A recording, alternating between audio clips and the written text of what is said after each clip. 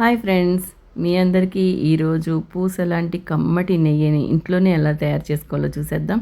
First మనం store చేసుకున్న cream ఉంటుంది కదా, అంటే మీగడని ఇలా మిక్సీ జార్లో వేసేసుకొని కొంచెం వాటర్ యాడ్ చేసి మిక్సీ చేసుకోవాలన్నమాట. ఇది కవ్వంతో చేసుకుంటారు చాలామంది, కవ్వంతో కూడా చేసుకోవచ్చు. ఇప్పుడు ఎక్కడ చేత్తో చేయగలం, ఈజీగా మిక్సీలో చేసేసుకోవచ్చు.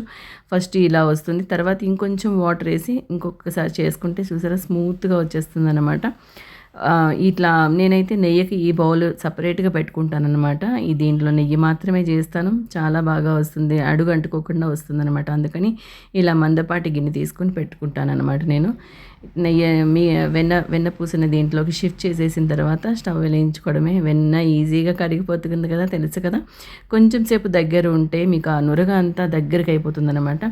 ఇట్లా సెకండ్ స్టేజ్ థర్డ్ స్టేజ్ అన్నట్టు వచ్చేస్తుంది. పొంగినప్పుడు దగ్గర ఉండి తిప్పుకుంటే అయిపోతుంది. పూస లాంటి నెయ్యి ఇంట్లోనే రెడీ అయిపోతుంది ఫ్రెండ్స్.